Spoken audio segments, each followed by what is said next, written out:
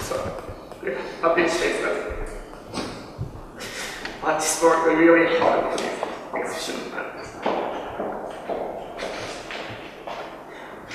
Sorry. Now I don't know how you coordinate. As Shinji mentioned, it's a lot of death. We cannot cry. It's a lot of death and people pass away. And what artists really feel powerless, like artist is a person who do something, but we couldn't do anything. And we made a committee what art can do. And we started to make exhibition and also charity event. I did some input. But at the same time, once you start trying to do charity event, it's become not really art event anymore.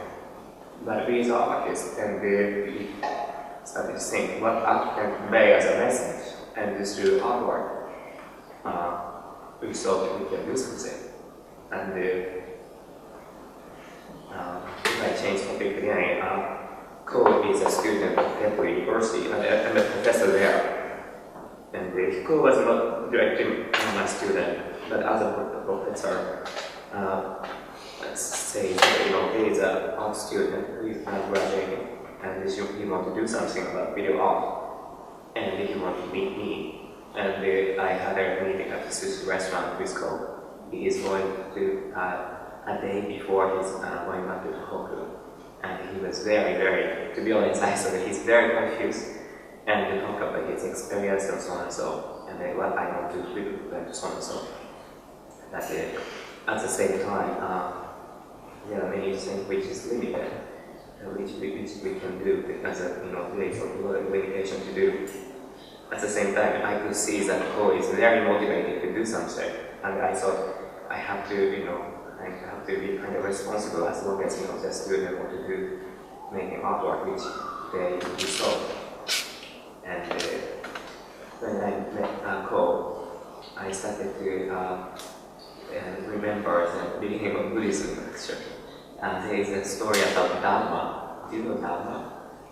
Dharma is one of the Buddhist monk, which is a character of red circle. And the Dharma is, if you push Dharma, the sculpture is always stand up. And that Dharma is the first Zen monk who is standing in front of the wall for 7 years. And he never had a student, that he is meditating for 7 years.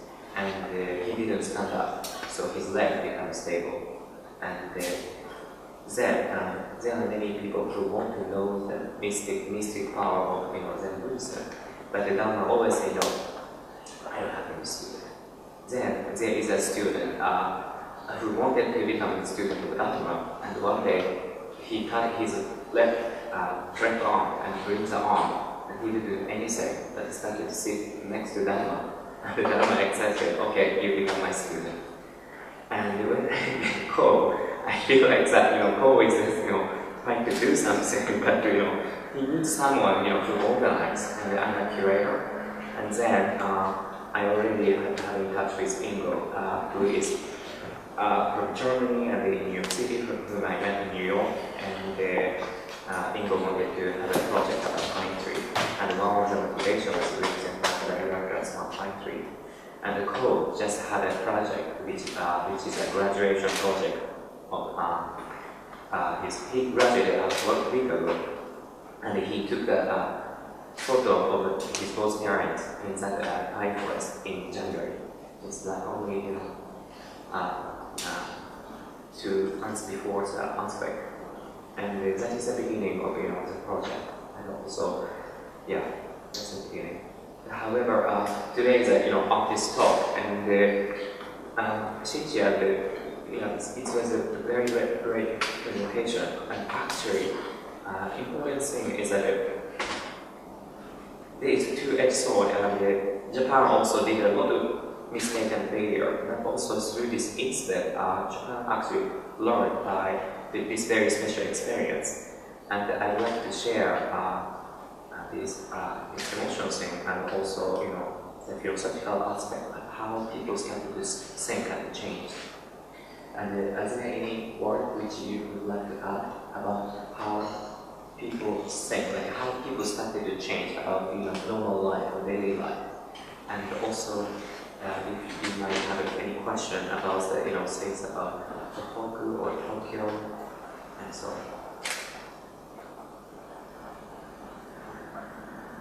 Would you like to add? Maybe one thing that I can say that I felt that when I went back to Japan a few weeks ago, I could feel that, the kind of emotionality that you saw now is actually very much hidden normally in Japan, but it seems everybody feels that guilt of surviving because so many good people died just for no good reason at all. And the powerlessness in the face of what happens, I think that's, even though Japan is a society where people just seem to like to do what they're told and seem to find a way, very easily pick up cues as to what to do. But this is such an extraordinary event that the trauma that exists now really goes way beyond the Tohoku area. That goes all the way to Kyushu. And then those people that survived, and somehow the earthquake in Kobe, that was 1994, or early 95. Those people are still kind of traumatized in some sense, and all that memory came back. A friend of mine from Kobe called me up, and at first she was with this mixture of pride. Yeah, people start talking, about sending clothing to Japan. We're not that kind of society, not that kind of disaster. We can take care of this. And then slowly, after seeing all what was happening, just on television, she almost completely had a breakdown, even though it's been 15 years ago. So all these memories came back. And that's kind of true for most areas in Japan. So there is a big trauma. And what I kind of learned through that last trip is that Tohoku traditionally is an area that is not too lively because it's cold, people are very quiet, and young people have left the area. So the average age of the people that are now displaced, about 300,000 people, it's around, I think, just above 60, right? Between 50 and 70. So the average age is very high because the young people have left. And the suicide rate in that area is actually comparable with, I think, Finland or something like this. So it's actually quite high. And it's quite, in that way, a depressing area. Even though when we were there, the sun was shining, it was incredibly ironic almost. And we hear that suicides have increased a lot because people have not only, and that's I think where memory becomes interesting, people have not only lost, their siblings or their fathers, mothers, or parents, their children, but also the memories. They're completely wiped away, gone. So, and you can see that a person cannot really exist without these sort of memory connections. People really lost all connections to reality and cannot survive. So that's actually a huge problem, that complete loss. So creating some kind of memory, and it's really strange, I have to say, when you walk along these sort of empty streets, and left and right there are sort of remnants of the buildings. There was boxes at every corner where people have found photographs, and sometimes you see the negatives, and because it's salt water, they're completely wiped away. So photographs are there, but they're blank. It's really tragic when you see that. And I don't know if anybody is actually archiving all that. That is there, but everything is screaming some kind of memory, but it's all disconnected now. And it's a really tough situation. As Ingo mentioned, the average age of the Tohoku area is quite high, and that is also related to why whose father need to use it. Could you explain that, please? As I showed in the game, my father is a doctor, and he was in the he 3 years ago to the city or Christian doctor, and it's a teacher. And there are a lot of patients, but there's only a few doctors. That's why he moved to there. He needed. this region is like heavily about farming and fishing industry, and young people go to Tokyo, and there is no enough doctor, so-called fathers needed to go to the city hospital. That's where people was father experienced tsunami. And also, this situation is somehow related to the issue of Fukushima. And the reason I didn't deal with the issue in this expression, but the reason why nuclear power plant is in Tohoku region is that there is no industry. And Tokyo become a highly characteristic city, one of the most characteristic cities in the world.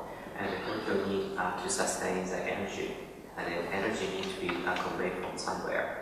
And this dangerous nuclear power plant is placed in Tohoku rural region. And this region does not have any industry, so they need to accept this offer. So this is like nuclear power plant or US nuclear base is kind of Japanese taboo. Like people think it's wrong, but through this experience, Tokyo people started to say, we sacrifice people's life in Tohoku. And also why it happened is that Japan wanted to have a characteristic roads. And also, if I go a little bit further about historical background, since I studied about post-war, post-1945 Japanese history and so on. And this Japanese nuclear power, maybe you might wonder why Japan is a radiant country to oppose Hiroshima and Nagasaki, and why Japan had a nuclear power plant, which is related to the issue of Cold War. And Eisenhower, which is an American president in the 1950s, they started to become delayed about the competition against USSR. And Eisenhower had a strategy called Atom for Peace. So USA became kind of delayed in the competition. And the USA changed the strategy, says, okay, so now you can have a nuclear power energy for peace purpose. And then it was conveyed to Japan and also in India and Pakistan. And that is the origin of Japanese nuclear powers. And these goes to the rural area of Japan to sustain the characteristic growth of the characteristic rock. And that is a kind of historical layer. However, these are very complex issue, and I wanted to, after I am in Ingo had a conversation, and the nuclear power issue in Fukushima does not have a solution now. So even so, an artist, need to talk about something future and hope. That's why we made an expression about memory and the future, and then how can we make this question better? Maybe how about the current situation from future point of view? Then we can have a possible idea, because we need to think about future. Because the future we already think about imagination. And there is a hope. And I wanted to make hopeful and cheerful show as much as I can. It's because it's tragedy. And I came up with this expression. And Shinji, you have some comment about memory and imagination, your personal experience, also with your discussion with Remembrance.